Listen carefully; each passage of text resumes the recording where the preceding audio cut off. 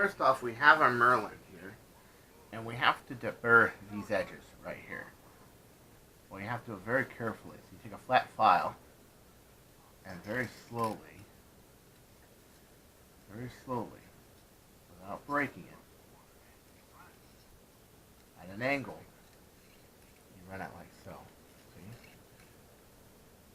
Deburring all the edges. First few will be a little rough. Give it as you go down.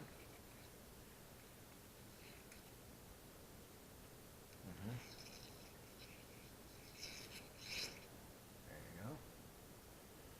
Okay. You do this on all your edges. You're going to be here for a while. So get a mug of coffee or some donuts or some bourbon and just kind of, yeah. What I'm doing right now is I'm actually watching the Carousel of Progress Ultimate Tribute for Disney World. That's what I'm doing right now. Because I know this job, it takes the longest. Now you can see the curve on the rifling right there. What you need to do is just straighten her out, even it out. Okay, so now for these inner surfaces, I'm going to take a 3/16 round file. I'm going to work on the continuity of my cut edge right there. I call this the cut edge because this is the edge that the dart is going to ride to spin it. And the other side really doesn't matter all that much because everything just follows this. And my my YouTube video for the Carousel of Progress just went. You notice I have a little kick at the end there. Yeah, that really does help. But it does help spin it. Remember, you can do a lot of stuff with this design. You can decide that your kick is more in the middle here. You can decide a steeper angle, more shallow angle for your entry. So many variables with this rifling I'm finding. It's one of my more interesting modding projects. As I worked on Ultramatch for 2 years and Bird of Prey for another year, this is my new project pretty much, is Merlyn. The actual stabilization of darts using brass as a media. Okay. Next up, the Merlyn is trimmed with a deburring tool on the crown ends. This ensures that the darts do not snag the inside of this. As so. You see it. Yeah. I do make this cut instead of cut with a brass cutter. There is a reason. You're about to see that reason. A very important reason. So now that that's done, remove all the brass shavings from your work table or the top of your bed, and you get a piece of 3/16 1/2 stainless steel. You take that stainless steel and you wrap your entire rifling groove in there. From here, you can work on your rifling and you can make it more precise or to whatever spec you want it to be. The first thing I do here is I sand the outside in one direction, pointing back with a piece of 220 sandpaper.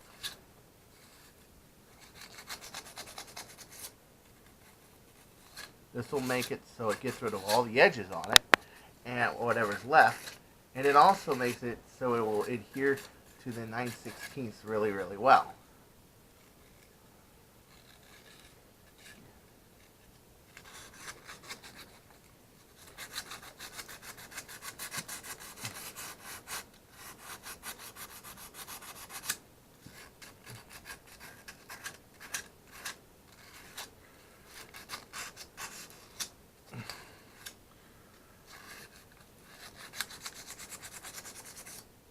So from here, I can adjust the rifle profiling, and I could, for example, bring that hook down quite a bit, make it a little more like that hook.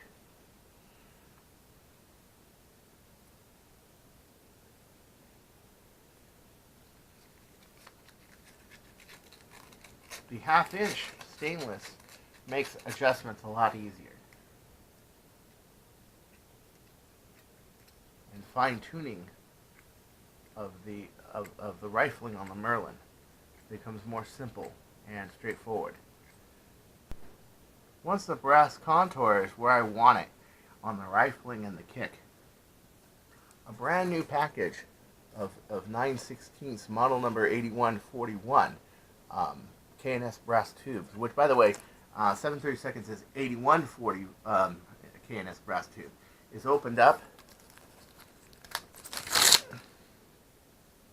The inside of it is deburred, but this will be the face of my new rifling, and the profile is put into the rifling. The profile is put into the rifling as it is turned into either clockwise or counterclockwise motion, opposite of the rifling. This sits in here overnight while the rifling settles into the brass. This one seems to have a very, very good fit. The tube on the stainless steel is slightly dented oversized so that it doesn't accidentally end up in the rifling of the brass and become hard to get out later. After this settles in overnight, it will be able to be glued, sanded, tested for final shipment and delivery to the customer. However, before overnight settlement of this assembly can be made, the gap that between the 17/32 and this must be checked. This shows that this side over here is high. To correct it, a file is used to simply knock it down.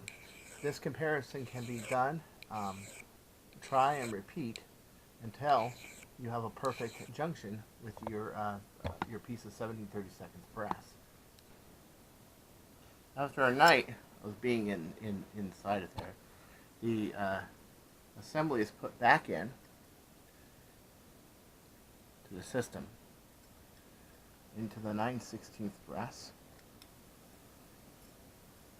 and the area is abraded by the brass, and so this preps the 9/16 for being glued.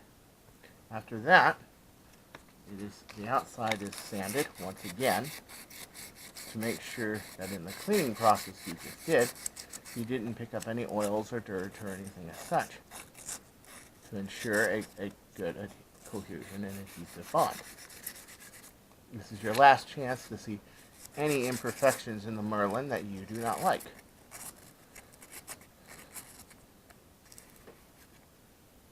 Remember, the more even and sleek your Merlyn is, the better your darts will fly.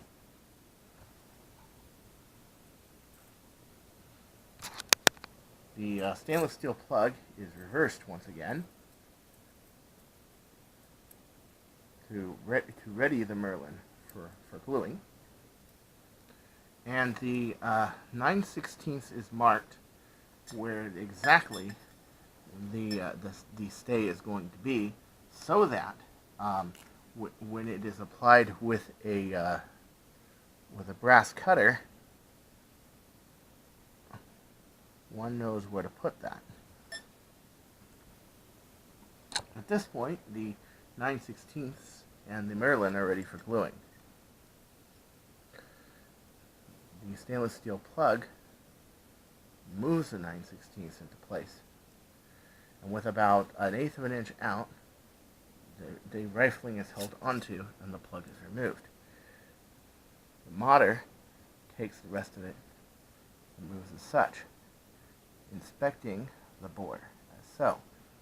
If it is a little crooked, it will be reshaped once it is actually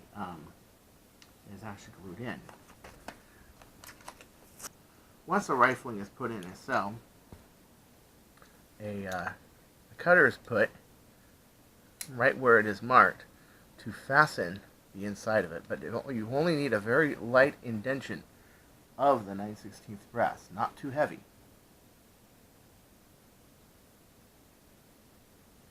This is to make sure that the rifling stays in place.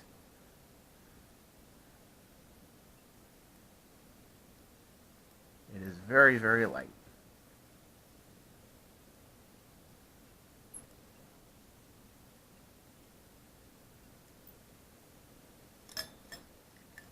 This stamps the rifling into the 9/16.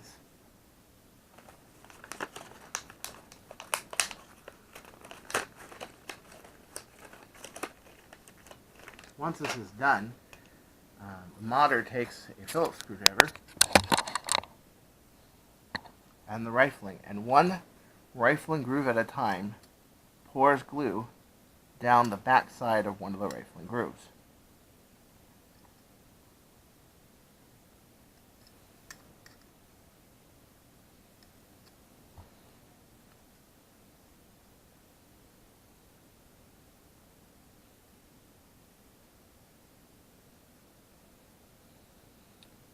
The super glue is poured down the back side of one of the grooves.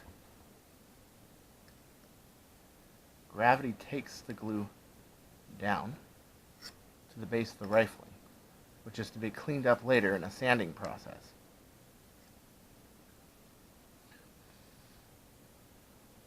This has to be done one side at a time and very, very carefully.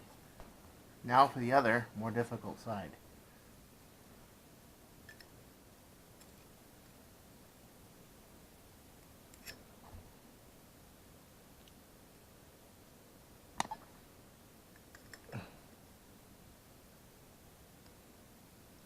So next, after cutting it, letting it sit overnight, which today I just let it sit for a couple hours just to accelerate things a little.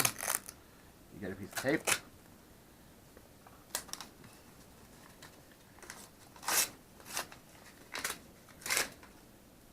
And you get a piece of 220 sandpaper.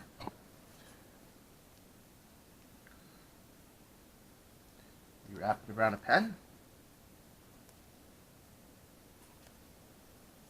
And remember, if it's right-sided bore, you don't want to get the grip edges first. You want to get this first. This means, of course, that you want it to face the back side of the board, not the front side of the board. That's right. You roll it up. You adjust for size. So, for example, that's too long. Okay.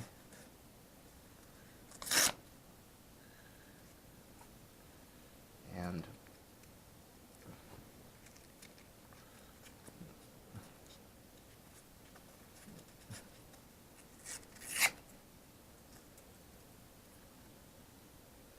you go ahead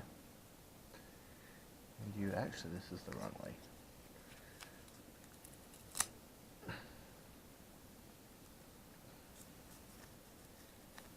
Oh, shit. Did this the wrong fucking way. Hold on. That's the right way. Right, that's the right way. And you basically take it. Come on. And you sand the inside of it. As so. You do that for a little while. Sand the inside of the board. And when it's done, at this point it needs testing and test firing. It needs sanding, revision, polishing, a lot of other things. Yes, $30 get you all this. You could do it yourself, of course, but as you can see, there's a lot to it. And out the door, it does seem to be doing a lot better than a half-twist Merlynn. 208. I do get some slow shots because it's not really polished or sanded or waxed or anything yet. It's just bare copper. I mean brass, I mean.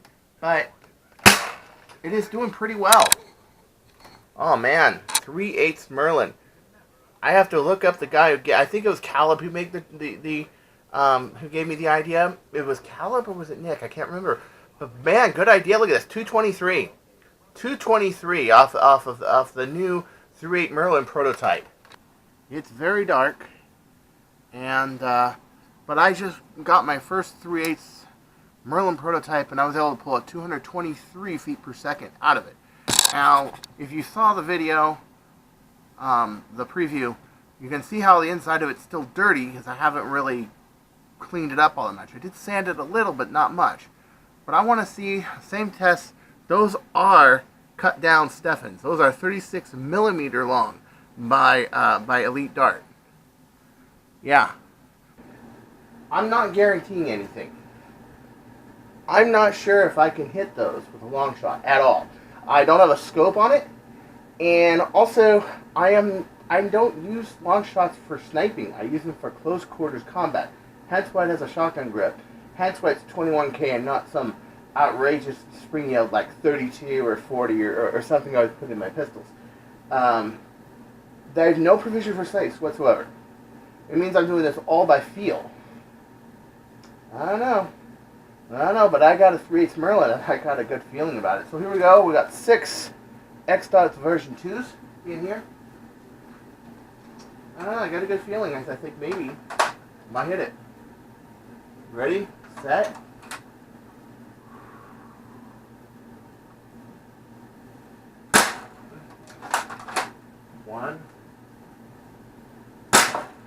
One down, 2,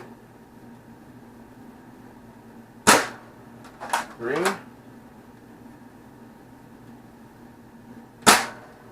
2 down, 4, 5. What do I got left? I got 1 shot left. Can I do it?